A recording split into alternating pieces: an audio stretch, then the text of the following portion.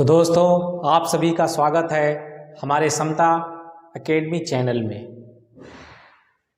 पिछले अध्याय में यानी ऋग वैदिक काल, जिसको इंग्लिश में प्री वैदिक एज कहते हैं, जिसका समय काल है 1500 ईसा पूर्व से लेकर 1000 ईसा पूर्व, जिसको हमने पार्ट 1 में कवर किया।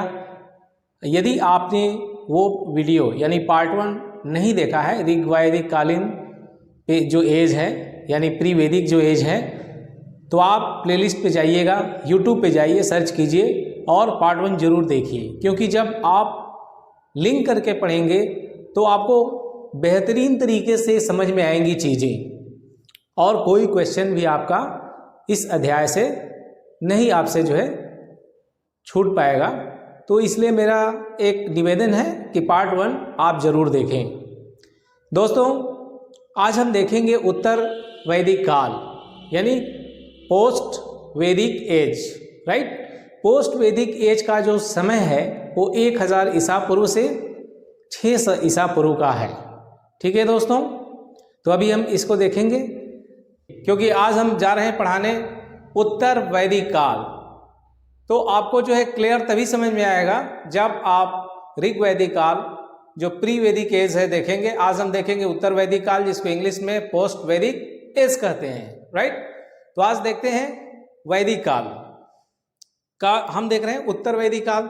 तो ऋग वैदिक काल में जो था, जो भी इनका धर्म था, काफ़ी सरल था। हमने पढ़ाया था आपको पशुपालन जो है मुख्य, ये भी बताया था कि व्यवसाय था, और द्वितीय जो है कृषक था। समाज काफ़ी मतलब सरल था। हाँ, जो ऋग्वेद का जो 10वां मंडल है पुरुष सूक्त, उसमें जो है मेंशन हो गया था कि हाँ, जो विराट स्वरूप है उनके मुख से जो है ब्राह्मण, भुजाओं से क्षत्रिय, जंघे से जो है वैश्य और पैरों से जो है शूद्र, मतलब वर्ण का जो है व्यवस्था का जो है वहाँ पे मेंशन हुआ था, उल्लेख हुआ था। लेकिन इतना ज़्यादा जो है मतभेद या भेद जो है समाज में नहीं था, जो कि हम देखेंगे उत्तर वैदिक काल में जो है ये धीरे धीरे काफ़ी जो है जो परंपराएं हैं, जो धर्म है, काफ़ी जो है थोड़ा सा रूढ़िवादी हो गया।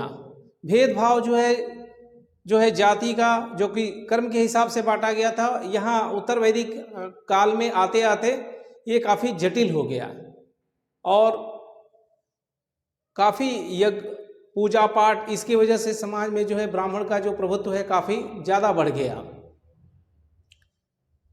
वहीं स्त्रियों की जो स्थिति है, जो शूद्रों की स्थिति है, वो काफ़ी बुरी हो गई। जहाँ जो है आपका ऋग्वैदिक काल में जो है कोई रोक टोक नहीं था स्त्रियों के लिए, वो समारोहों में भाग लेती थी, कृषि उत्पादन में भाग लेती थी, शिक्षा पाने के भी जो है पूर्ण अधिकार था, उनका जो पैतृक संपत्ति है उसमें भी अधिकार था। लेकिन ये धीरे धीरे अधिकार जो है काफ़ी इनके छिन गए उत्तर वैदिक काल में। ठीक है, तो चलिए शुरू करते हैं, इसको और डिटेल से देखते हैं। ऋग वैदिक काल के बाद उस काल को जिसमें सामवेद, यजुर्वेद एवं अथर्ववेद, ऋग्वेद, ब्राह्मण ग्रंथों, आरण्यकों एवं उपनिषदों की रचना हुई, उसे ही हम उत्तर वैदिक काल के नाम से जानते हैं, राइट। सामान्यतः लौह प्रौद्योगिकी, जो लोहे की खोज है, इस काल में हुई, क्योंकि इसके जो साक्ष्य हैं उत्तर वैदिक काल में जो है हमें काफ़ी स्थानों से मिले हैं। इसके अध्ययन के लिए जो है दोनों प्रकार के जो साक्ष्य उपलब्ध है, साहित्यिक साक्ष्य भी उपलब्ध है, इसके लिए साहित्यिक साक्ष्य भी उपलब्ध है और पुरातात्विक साक्ष्य भी उपलब्ध है। तो साहित्यिक स्रोत, इस काल में महत्वपूर्ण साहित्यिक स्रोत सामवेद, यजुर्वेद, अथर्ववेद, ब्राह्मण, आरण्यक और कुछ उपनिषद शामिल हैं। अधिकतर उत्तर वैदिक ग्रंथ पश्चिमी गंगा घाटी, कुरु पांचाल क्षेत्र से संबंधित है, परंतु शतपथ ब्राह्मण उत्तरी बिहार क्षेत्र से संबंधित है। तो सबसे पहले जो महत्वपूर्ण स्रोत है, जो वेद हैं, हम इनको डिटेल में देखते हैं। जैसे तो दोस्तों, चूँकि ऋग वैदिक कालीन जो कि हमने पार्ट 1 में पढ़ाया है वो श्रुति आधारित था, और केवल एक ऋग्वेद संहिता ही है जो कि ऋग वैदिक काल की जो है एक महत्वपूर्ण और एकमात्र जो है रचना है। लेकिन उत्तर वैदिक काल में जो है काफ़ी विकास हुआ, और विकास होने से क्या हुआ कि आर्थिक स्थिति अच्छी हुई। जो लोहे की चूँकि खोज हो चुकी थी 1000 ईसा पूर्व में, इसके बाद जो है जो जन थे, जो कबीले थे, वो जनपदों के रूप में जो है निर्माण होने लगे। लोग गाँव से मतलब शहर की तरफ समझ लीजिए, और जन जो है महाजनपद का रूप लेने लगा। और धीरे धीरे काफ़ी जो है ऋषि मुनियों ने जो है आपके वेद, उपनिषद, ब्राह्मण ग्रंथ और दर्शन काफ़ी जो है चीज़ लिखे, जिनके जो है साहित्यिक स्रोत उपलब्ध हैं। तो हम एक एक करके देखेंगे। सबसे पहले हम देखेंगे जितने वेद हैं, तो 4 वेद हैं, जिनमें पहला है आपका ऋग्वेद, यजुर्वेद, अथर्ववेद और सामवेद। पहले इनके बारे में हम देखेंगे, फिर उपनिषद देखेंगे। तो एक एक करके हम लोग चलिए देखते हैं इसको, ठीक है। तो दोस्तों अभी नोट कीजिए, चारों वेद एक एक करके हम बताते हैं आपको। सबसे पहला है ऋग्वेद। यह सबसे प्राचीन वेद है और भाषा इसकी पद्यात्मक है। इसके संकलनकर्ता कृष्णद्वैपायन एवं वेद व्यास हैं। इसमें 10 मंडल, 1028 सूक्त और लगभग 11000 ऋचाएँ शामिल है। गायत्री मंत्र, अस्तोमा सदगम, ये जो वाक्य है कहाँ से लिया गया है, कई बार एग्जाम में पूछा है, तो ये ऋग्वेद से लिया गया है। ऋग्वेद की ऋचाओं में देवताओं की प्रार्थना, स्तुतियाँ, उससे संबंधित मंत्र और देवलोक में उनकी स्थिति का वर्णन है। ऋग्वेद की अनेक बातें जो है फारसी भाषा के जो प्राचीनतम ग्रंथ है अवेस्ता से काफ़ी मिलती है। यजुर्वेद, यजु का अर्थ है यज्ञ और वेद का अर्थ होता है ज्ञान, यानी यज्ञ से संबंधित ज्ञान, ठीक है। अतः यह यज्ञ से संबंधित विधियों और मंत्र से संबंधित है। यजुर्वेद, इसकी भाषा गद्यात्मक और पद्यात्मक है। सामवेद, साम का अर्थ होता है रूपांतरण और संगीत। यह भारत की प्रथम संगीतात्मक पुस्तक है। सामवेद गीतात्मक यानी गीत के रूप में है। अथर्ववेद, इस वेद में रहस्यमयी विद्याओं, जड़ी बूटियों, चमत्कार और आयुर्वेद का जिक्र है। तो इसे नोट भी करते रहिए। अभी हम कुछ इंपॉर्टेंट आपको बताते हैं। हमने देखा काफ़ी क्वेश्चन पेपर, तो उसमें जो हमने पार्ट 1 में ऑलरेडी पढ़ाया है ऋग वैदिक कालीन प्री वैदिक जो एज है, ठीक है। तो उसमें हमने मैप में काफ़ी बताया भी है, नदियों के लोकेशन भी हमने दिखाया है। तो इससे क्वेश्चन कैसे बनते हैं, या तो जो है 4 नदियों के जो है नाम दे देगा जो प्राचीन काल में बोले जाते थे और वर्तमान में जो बोले जाते हैं, मैच करने के लिए, या तो वनडे एग्जाम में डायरेक्टली पूछ देता है, ठीक है, कि अस्कनी नदी को कहते हैं, और 4 जो है ऑप्शन दे देगा। मान लीजिए option A Chenab, option B Beas, Ravi, और जो है चौथा जो है झेलम दे दिया। तो अस्कनी नदी को हम क्या बोलते थे, वर्तमान में क्या बोलते हैं, चेनाब नदी। तो इसको हम करा देते हैं, यहाँ पर नोट करा देते हैं, सो दैट एग्जाम में आपसे जो है एक भी नंबर छूट ना पाए इस चैप्टर से, राइट। तो पहले इसको नोट कीजिए, फिर नदियों को भी नोट कराते हैं हम, ठीक है।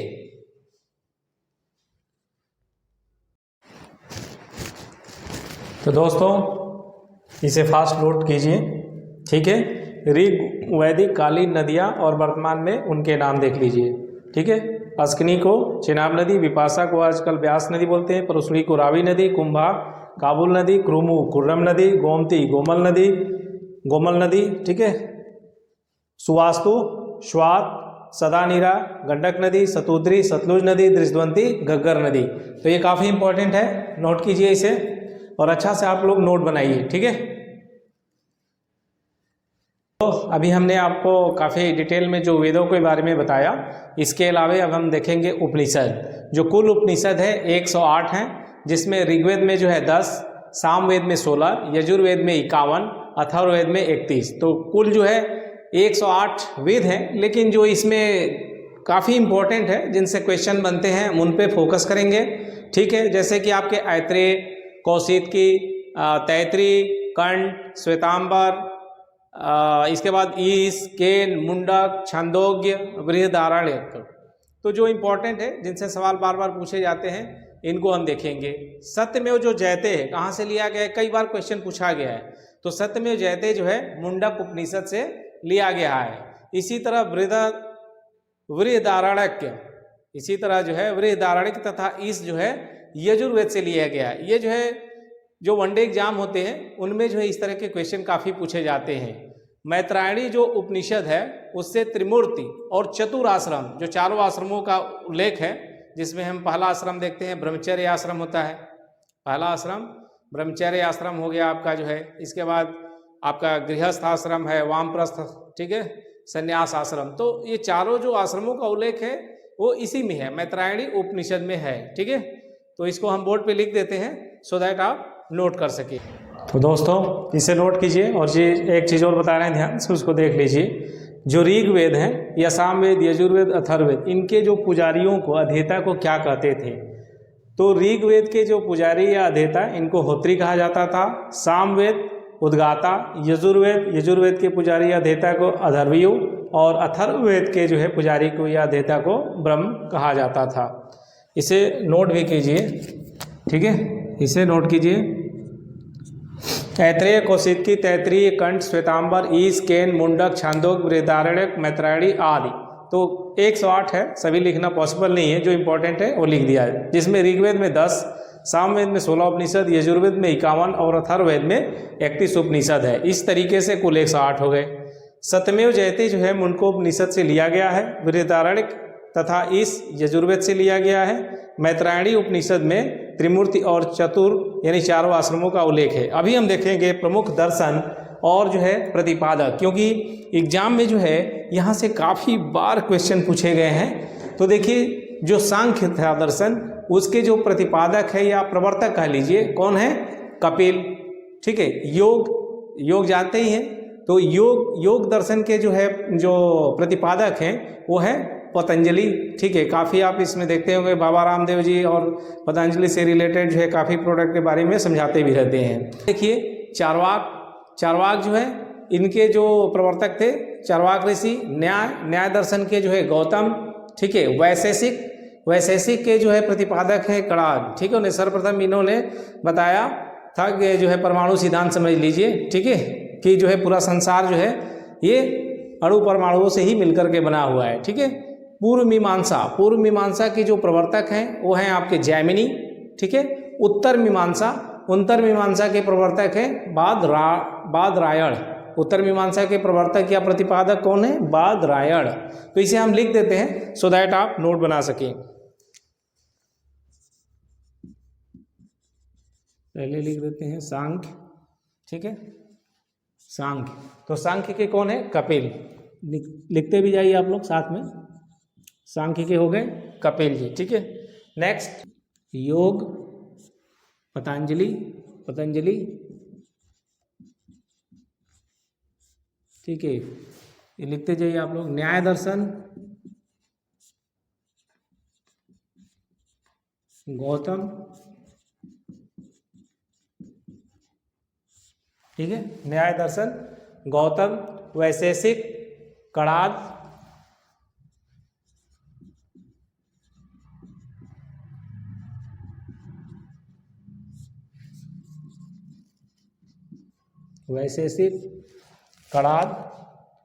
पूर्व मीमांसा जैमिनी,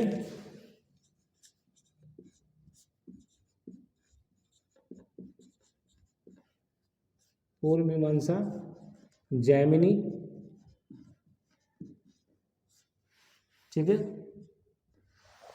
इसे नोट कीजिए।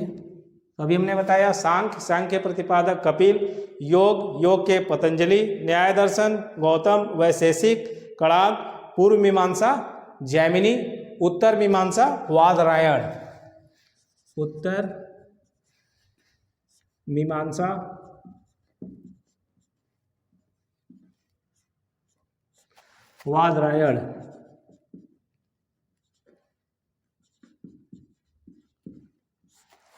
ठीक है, इसे नोट कर लीजिए।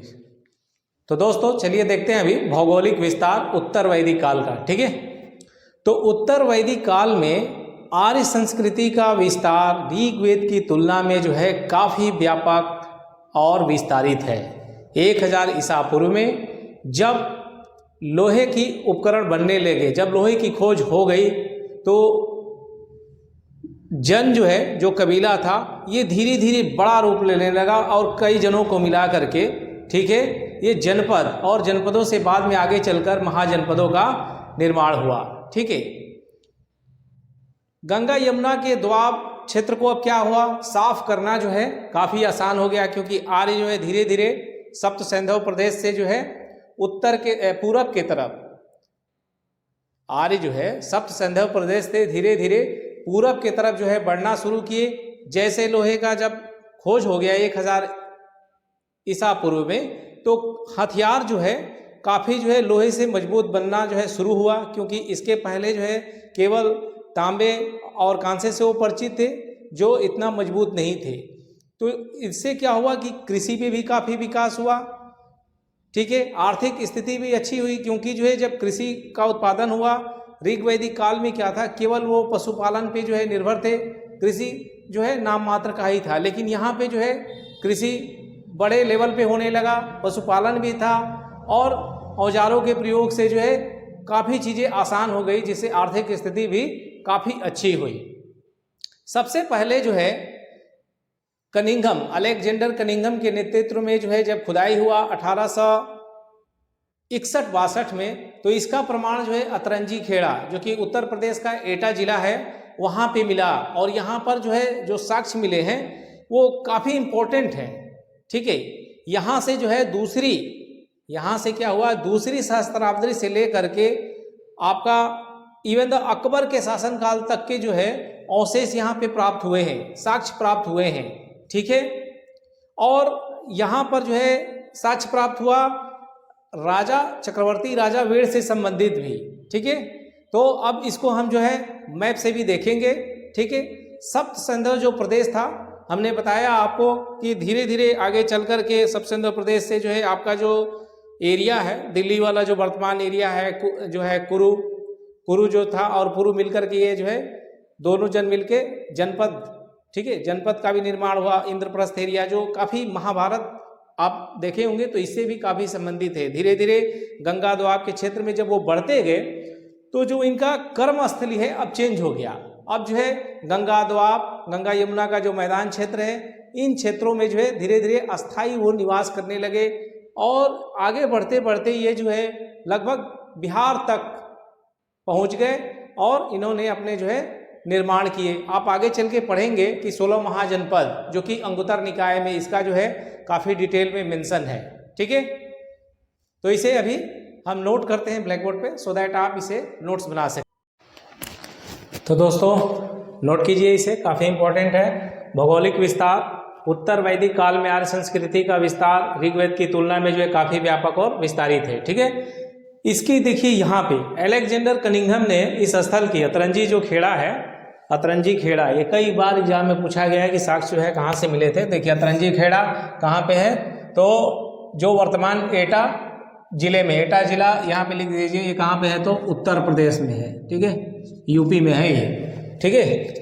अतरंजी खेड़ा से जो वर्तमान एटा जिला उत्तर प्रदेश में है, यहाँ से लोहे के साज, विशेष प्रकार से रंगा हुआ टीला, जिसका संबंध चक्रवर्ती राजा वेड़ से संबंधित है, यहाँ से दूसरी सहस्त्राब्दी ईसा पूर्व से लेकर अकबर के शासनकाल तक के अवशेष प्राप्त हुए हैं। अलेक्जेंडर कनिंघम ने यहाँ 1861-62 में यहाँ पे जो है उत्खनन करवाया था, ठीक है।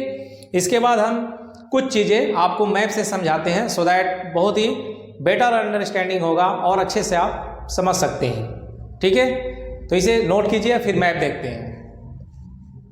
चलिए अब हम देखते हैं जो है उत्तर वैदिक काल का जो है मैप के द्वारा विस्तार। पहले हम आपको बता चुके थे कि सबसे पहले जो है आर्य जो है जब आए तो वो जो है सप्त सिंधु प्रदेश, जो ये आपका एरिया है सप्त सिंधु प्रदेश, यहाँ पर वो सेटल हुए। लेकिन धीरे धीरे वो जो है पश्चिमी उत्तर प्रदेश की तरफ बढ़े और पश्चिमी उत्तर प्रदेश में एक स्थान है जो है आपका, वो है एटा जिला, जो वर्तमान में एटा जिला है। वहां पे अतरंजी खेड़ा में जो है जब लोहे की प्राप्ति हुई तो धीरे धीरे जो है यहाँ पे काफी जो है लोग आकर के बसने लगे और जन से जो है जनपद का निर्माण होने लगा, ठीक है। आगे चलकर बहुत सारे जनपदों का निर्माण हुआ। उस समय जो है जो कुरुक्षेत्र है, जो वर्तमान में जो इंद्रप्रस्थ एरिया है, यहाँ पर भी बसे वो लोग। गंगा जो यमुना क्षेत्र है, यमुना का जो क्षेत्र है यहाँ पर बसे। और उस समय जो है सबसे जो है इम्पोर्टेंट एक पांचाल जो है क्षेत्र, ये भी जो है काफी फेमस हुआ। इसके बाद धीरे धीरे जो है आगे बढ़ते गए। गंगा दोआब, क्योंकि ये काफी उपजाऊ था, तो इस क्षेत्र में भी जो है वो लोग बसना शुरू किए। और धीरे धीरे जब सब संदर्भ से वो आगे बढ़े तो धीरे धीरे जो है अस्थायी जीवन जो है शुरू हुआ और कृषि का विकास शुरू हुआ। चूंकि ऋग्वैदिक काल में जो है मुख्य व्यवसाय उनका पशुपालन था, लेकिन उत्तर वैदिक काल में जो है कृषि मुख्य व्यवसाय बन गया और पशुपालन द्वितीयक व्यवसाय बन गया। और इसी प्रकार जब वो आगे बढ़ते गए तो इधर कौशल और बिहार जो एरिया है आपका विदेह और इस एरिया मगध एरिया में भी जो वो जो है सेटल हो गए धीरे धीरे। जो हिमालय और विंध्य क्षेत्र, यहाँ देखिए ये हिमालय क्षेत्र है और ये विंध्य क्षेत्र है, इसके बीच के प्रदेश को जो है मध्य देश कहा गया। ठीक है, पंजाब से आर्यजन जो है गंगा यमुना दोआब के तरफ, पंजाब से जो है आर्यजन गंगा यमुना दोआब के अंतर्गत संपूर्ण उत्तर प्रदेश में फैल गए। ठीक है, और धीरे धीरे जो है ये लगभग मगध और ये विदेह एरिया तक जो है पहुंच गए। आप देखेंगे कि उत्तर वैदिक काल में जो है पंजाब क्षेत्र जो ये रोपड़ वाला एरिया है, पंजाब क्षेत्र का जो है जिक्र जो है काफी कम हो गया, क्योंकि ये लोग जो है इस एरिया में पश्चिमी उत्तर प्रदेश एंड जो आपका बिहार है इस एरिया में जो है अस्थायी रूप से वो सेटल हो गए। कुरु जो क्षेत्र है, कुरु यहाँ पे जो है इंद्रप्रस्थ एरिया जो दिल्ली एरिया है वह हस्तिनापुर में जो है राजधानी बनाए। ठीक है, कुरुकुल के इतिहास से ही महाभारत का युद्ध भी जुड़ा हुआ है। जो कुरु क्षेत्र है इससे जो है महाभारत का इतिहास भी जुड़ा हुआ है। यह युद्ध यहाँ पे जो हुआ था कौरव और पांडवों के बीच में 950 ईसा पूर्व का है। पंचाल जो क्षेत्र था ये दोआब में क्रीवी और तुर्वस आर्यो शाखाओं ने मिलकर पंचाल राजवंश की स्थापना की थी। इसका जो आधुनिक क्षेत्र है बरेली, बदायूं, फर्रुखाबाद, जो पंचाल का जो क्षेत्र है आधुनिक क्या है, ये जो है बरेली, बदायूं एवं फर्रुखाबाद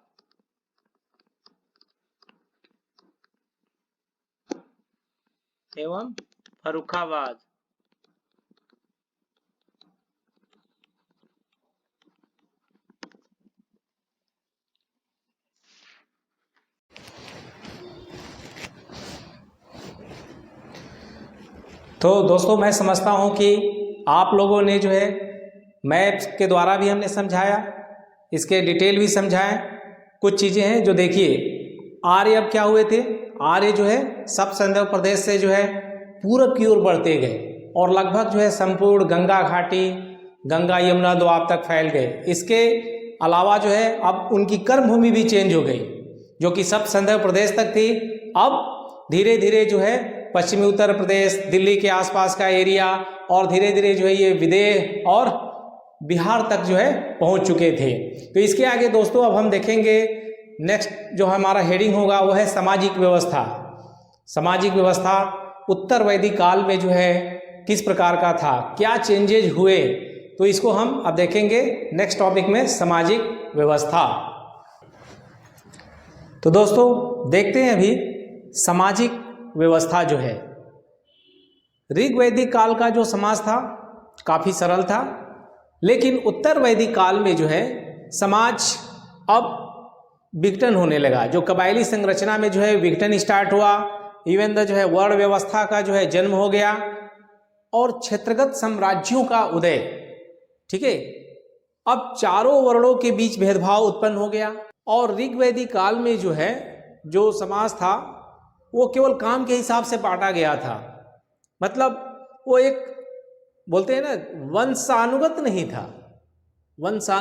था वो। लेकिन उत्तर वैदिक काल में ये वंशानुगत हो गया, यदि किसान है तो वो किसान का ही काम करेगा, यदि वो शूद्र है तो शूद्र का बेटा भी शूद्र का ही काम करेगा। तो ये चीज़ें जो है बहुत जटिल जो सामाजिक व्यवस्था जो है स्टार्ट हो गई, भेदभाव जो है काफ़ी स्टार्ट हो गया, राइट। इस काल में जो है काफ़ी जो पूजा पाठ था काफ़ी जो है जटिल हो गया। यहाँ पे जो है याज्ञिक अनुष्ठानों में जब वृद्धि हुआ तो वृद्धि होने से ब्राह्मणों के प्रभाव एवं शक्ति में जो है अपार वृद्धि हो गई। ब्राह्मण, क्षत्रिय, वैश्य एवं शूद्र के लिए जो है वर्ण शब्द का जो प्रयोग है वो सर्वप्रथम शतपथ ब्राह्मण में मिलता है। ठीक है। इस काल में जो है ब्राह्मण और क्षत्रिय ये चूंकि टैक्स अदा नहीं करते थे, इसमें जो है वैश्य जो होते थे, जो व्यापार करते थे, श्रेणिक उनको कहा जाता था, वही कर अदा करते थे। और जो शूद्र थे वो इन तीनों ऊपर के वर्णों की सेवा करते थे, ठीक है। और उनसे जो है काफ़ी भेदभाव किया जाने लगा, उनको काफ़ी जो है निम्न स्तर का समझा जाने लगा। इस काल में जो है महिलाओं का भी सम्मान कम हो गया, जबकि देखेंगे कि ऋग वैदिक काल में, प्री वैदिक एज में जो है महिलाएं समारोहों में, कृषि में, हर जगह भाग लेती थी। पैतृक जो संपत्ति था उसमें भी महिलाओं का अधिकार था, लेकिन उत्तर वैदिक काल में पैतृक जो संपत्ति उसमें कोई अधिकार नहीं था। वे समारोहों में भाग नहीं लेती थी, कई जगह उन्हें वर्जित कर दिया गया जो है। तो काफ़ी जो है उनकी स्थिति जो है काफ़ी खराब हो गई, जो कि ऋग वैदिक काल में काफ़ी अच्छा था, लेकिन इस काल में जो है काफ़ी जो है पर्दा प्रथा, दहेज प्रथा, ये सारी कुरीतियाँ स्टार्ट हो गई यहाँ पे उत्तर वैदिक काल में, ठीक है। तो अभी हम इसको जो है डिटेल में यहाँ पे नोट करते हैं, सो दैट आप नोट बना सकें।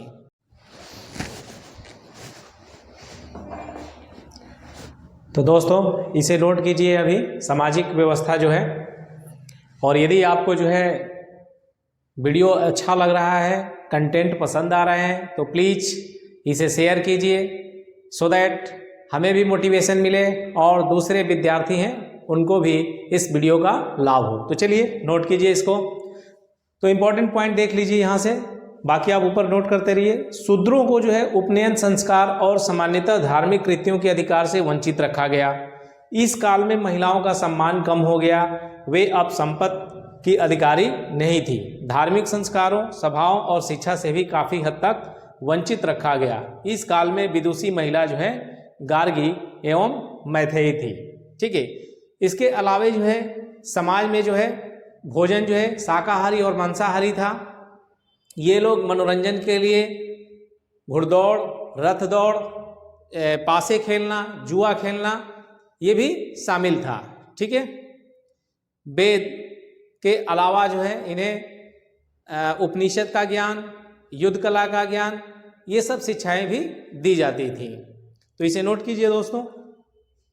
इसके बाद हम देखेंगे आर्थिक व्यवस्था, उत्तर वैदिक काल की आर्थिक व्यवस्था कैसी थी, तो इसे नोट कर लीजिए। इसके बाद हम आपको पढ़ाते हैं आर्थिक व्यवस्था।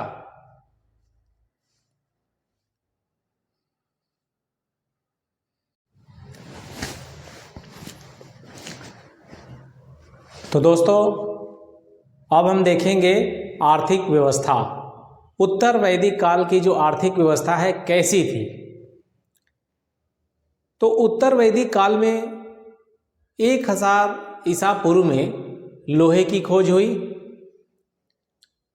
और इसके जो साक्ष्य हैं अलेक्जेंडर कनिंघम के द्वारा जब 1861-62 में जो है खुदाई करवाया गया उत्तर प्रदेश के एटा जिले में अतरंजी खेड़ा नामक स्थान पर। तो वहाँ से जो है काफ़ी साक्ष्य मिले, जो कि दूसरी सहस्त्राब्दी से लेकर के इवन द अकबर के समय काल तक के जो है वहाँ प्रमाण मिले हैं। तो अतरंजी खेड़ा जो है काफ़ी इम्पोर्टेंट साइट है, जो कि पश्चिमी उत्तर प्रदेश में पड़ता है। जैसे ही लोहे की खोज हुई तो जो गंगा द्वाब जो भी क्षेत्र थे या जो जंगल थे उनको साफ करना काफ़ी सुगम हो गया, क्योंकि इसके पहले जो है ऋग्वैदिक काल में आपने पढ़ा था कि कांसे और तांबे से परिचित थे, टीन से, तो इतने वो जो है मजबूत जो है हथियार नहीं बनते थे उस समय। लोहे के आविष्कार के बाद जो है विभिन्न प्रकार के औजार, हथियार बनना शुरू हुआ, जिससे जो है सफाई करना काफ़ी आसान हो गया। अब जो कबीलों के रूप में, छोटे समूह के रूप में वो लोग रहते थे। धीरे धीरे जो है वो जन का जो समूहों से निर्माण होता था, लेकिन अब ये काफ़ी ग्रो करने लगे। जैसे कि जो भरत और कुरु मिलकर के जो है एक जन का निर्माण हुआ, फिर जन से जनपद और आगे चल कर के महाजनपदों तक का जो है निर्माण हुआ। ऋग्वैदिक काल में जो है पशुपालन जो है मुख्य व्यवसाय था और कृषि द्वितीयक। लेकिन चूंकि अब विभिन्न तरह के जो है कृषि के औजार, हथियार, ये सब कुछ जो है निर्माण मनुष्य करने लगे थे उत्तर वैदिक काल में जो है, तो कृषि का विकास जो है तेजी से हुआ। जंगलों को साफ किया गया और कृषि के क्षेत्र बढ़ते गए, तो कृषि जो है मुख्य व्यवसाय हो गया और पशुपालन द्वितीय जो है व्यवसाय हो गया। ठीक है, इस समय जो है गेहूं, चावल, जौ उगाना जो है शुरू हुआ। उत्तर वैदिक काल में आप देखेंगे शतपथ जो ब्राह्मण है, शतपथ ब्राह्मण जो ग्रंथ देखेंगे तो उसमें कृषि संबंधी जो है उत्तर वैदिक कालीन जो भी कर्मकांड है, अनुष्ठान है, इन सब का वर्णन है। इसमें जो है चावल के लिए जो है ब्रीही, गेहूं के लिए गोधूम, उड़द के लिए उड़द के लिए जो है माड़ शब्द का प्रयोग और मूंग के लिए मुदक शब्दों का प्रयोग किया गया है। जब कृषि जो है काफ़ी बड़े लेवल पे होने लगा, पशुपालन भी हो रहा था, तो आर्थिक व्यवस्था जो है काफ़ी मजबूत हुई। और जब आर्थिक व्यवस्था काफ़ी मजबूत हुई तो नए नए जो है अब राजतंत्रों का भी उदय शुरू हुआ, क्योंकि शक्ति बढ़ती गई। फिर जो है शक्ति जब बढ़ी तो ये लड़ाइयाँ भी जो है शुरू हो गई और धीरे धीरे जो है जन से जनपद, महाजनपद, जो कि 16 महाजनपद आप अंगुत्तर निकाय में देखेंगे। और इस समय जो पांचाल था, पांचाल जो है काफ़ी विकसित और सबसे जो है सबसे शक्तिशाली जो है ये राष्ट्र था। तो चलिए इसको देखते हैं, आर्थिक व्यवस्था डिटेल में यहाँ पे नोट करा दोस्तों, नोट कीजिए। और जो भी इसमें इम्पोर्टेंट पॉइंट है उसको मैं अंडरलाइन कर दूंगा। और देखिए जो इम्पोर्टेंट पॉइंट है उसको हमने स्टार लगा दिया है, ठीक है, जिसे आपको विशेष ध्यान देना है। उत्तर वैदिक कालीन ग्रंथ शतपथ ब्राह्मण, ठीक है, शतपथ ब्राह्मण में कृषि संबंधी कर्मकांड और अनुष्ठानों का वर्णन है। ठीक है, इसमें चावल के लिए ब्रीही शब्द, चावल के लिए क्या शब्द यूज किया गया? चावल के लिए ब्रीही शब्द, गेहूं के लिए जो है गोधूम शब्द, उड़द या उड़द के लिए माड़ और मूंग के लिए मुदक शब्द का प्रयोग किया गया है। भूमि पर व्यक्तिगत अधिकार की शुरुआत हो चुकी थी। ऋग्वैदिक काल में ऐसा नहीं था, पूरे समुदाय का जो अधिकार होता था, लेकिन उत्तर वैदिक काल में व्यक्तिगत अधिकार की जो है भूमि पर शुरुआत हो गई। ब्राह्मण ग्रंथों में श्रेष्ठिन का उल्लेख है, जिसका संबंध जो है प्रधान व्यापारी से है। इस काल में माप के लिए निष्क, शतमान, कृष्णल, पाद, रतिका तथा गुंजा आदि विभिन्न इकाइयों का प्रयोग किया जाने लगा। निष्क जो ऋग्वैदिक काल में एक आभूषण था, उत्तर वैदिक काल में अब गाय तथा निष्क लेन देन यानी विनिमय का जो है माध्यम बन गया। तो ये काफ़ी इंपॉर्टेंट पॉइंट है, ठीक है, इसे नोट कीजिए।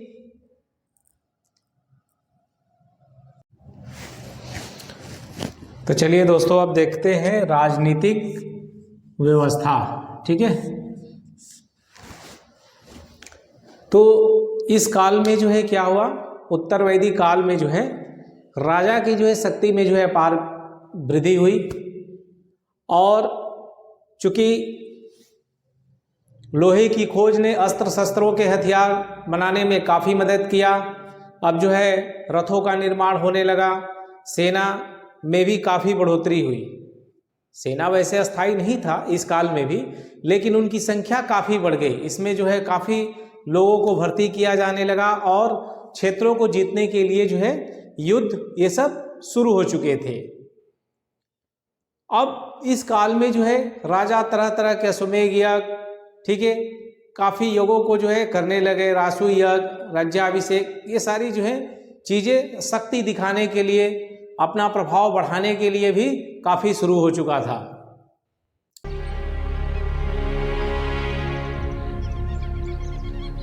ये राष्ट्र तुम्हें सौंपा जाता है। इस राष्ट्र के तुम संचालक, नियामक और जिम्मेदारियों की दृढ़ वाहन करता हो। यह राज्य तुम्हें कृषि के कल्याण, संपन्नता और प्रजा के पोषण के लिए दिया जा रहा है। हे राजन, तुम इस राष्ट्र के अधिपति बनाए गए हो। तुम इस राष्ट्र के सच्चे स्वामी बनो।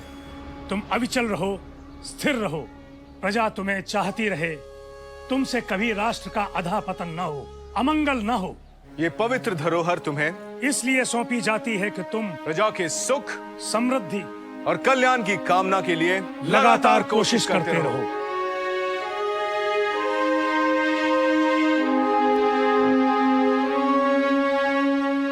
हे इंद्र, हमें रित की राह पर ले चलो,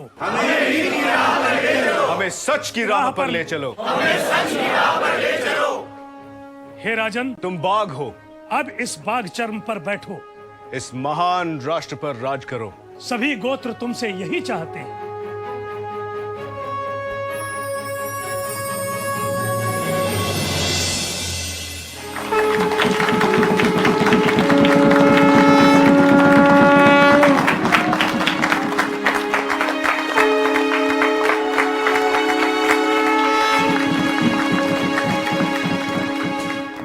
एक बात सदैव याद रखना राजन, धर्म का मूल वेद है, राजा नहीं। राजा को हमेशा ऋषियों के दिखाए हुए मार्ग पर चलना चाहिए, यही राजा का धर्म है। जो राजा बृहस्पति की आराधना करता है वो शक्ति और शौर्य से भरा रहता है, उसे सुख और शांति मिलती है। और ऐसे राजा को प्रजा आदर, सम्मान और शुल्क देती है जो ऋषियों के दिखाए हुए मार्ग पर चलता है। तो इसे नोट कीजिए, इस समय राजतंत्रों का उदय हुआ जो अत्यंत शक्तिशाली थे। राजा का पद वंशानुगत हो गया। विशाल साम्राज्यों के उदय के कारण राजा की शक्ति में अपार वृद्धि हो गई। अब राज्याभिषेक होने लगा था। सभा एवं समिति का महत्व कम हो गया, जबकि विदत का नामो निशान ही नहीं रहा। ऋग्वैदिक काल में राजा का प्रभुत्व विष अथवा जन तक सीमित था, किंतु अब उसका जो स्वामित्व है राष्ट्र तक विकसित हो गया। शतपथ ब्राह्मण में एवं ऐत्रेय ब्राह्मण में एक राजवंश की 10 पीढ़ियों का उल्लेख है। इससे पता चलता है कि राजत्व जो है वंशानुगत था। राजा अब शक्ति और विस्तार के लिए रासो यज्ञ जिसमें राज्याभिषेक होता था, आश्वमेध यज्ञ जिसमें वो क्षेत्र विस्तार करते थे, और वाजपेय यज्ञ जिसमें नव यौवन और शक्ति प्राप्त करने के लिए वाजपेय यज्ञ करते थे। राजा का प्रमुख सलाहकार पुरोहित था, जो राजनीतिक मामलों में परामर्श देने के साथ साथ धार्मिक अनुष्ठानों में भी भाग लेता था, संपादन करता था। कर नियमित हो गया। ऋग्वैदिक काल में कर जो है नियमित नहीं था, लेकिन उत्तर वैदिक काल में जो टैक्स था, कर यानी टैक्स, नियमित हो गया और यह लगभग उपज का 1/16वां भाग था। इसके लिए अधिकारी भी नियुक्त किए गए थे, जिसे संग्रहीता कहा जाता था, यानी कलेक्टर समझ लीजिए। रत्नीन अधिकारियों की संख्या भी बढ़ गई पहले से। सेना की संख्या बढ़ गई, लेकिन अभी भी सेना जो है अस्थायी नहीं थी। इस समय पंचाल सर्वाधिक विकसित राज्य था। तो इसे दोस्तों नोट कीजिए, राजनीतिक व्यवस्था। इसके बाद एक और बच गया जो है टॉपिक इस चैप्टर का, हम देखेंगे कि धार्मिक व्यवस्था कैसा था। ठीक है, तो दोस्तों देखते हैं अभी धार्मिक व्यवस्था उत्तर वैदिक काल का। जो ऋग्वैदिक काल का जो धर्म था या जो धार्मिक अनुष्ठान थे काफ़ी सिंपल थे। वो प्रकृति की देवता इंद्र इनकी जो है पूजा करते थे। लेकिन उत्तर वैदिक काल में जो है धर्म काफ़ी जटिल हो गया। ठीक है, इसमें जो है अनेक नए देवी देवताओं का जो है पूजा स्टार्ट हो गया। क्योंकि ऋग्वैदिक काल में इंद्र प्रधान देवता थे, लेकिन उत्तर वैदिक काल में इनका स्थान जो है विष्णु पशुपतिनाथ शिव ने ले लिया।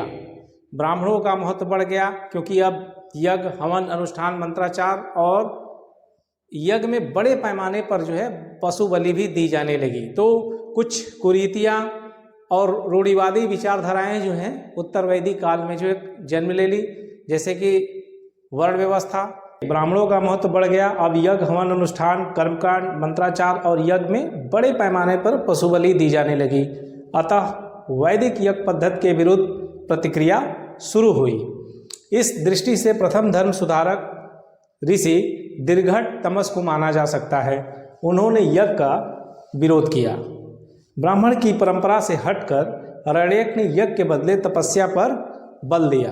वैदिक काल के अंतिम दौर में दार्शनिक ग्रंथों में कर्म कांडों तथा धर्म के जटिल स्वरूप की निंदा की गई तथा सत्य, ज्ञान और विश्वास पर जोर दिया जाने लगा।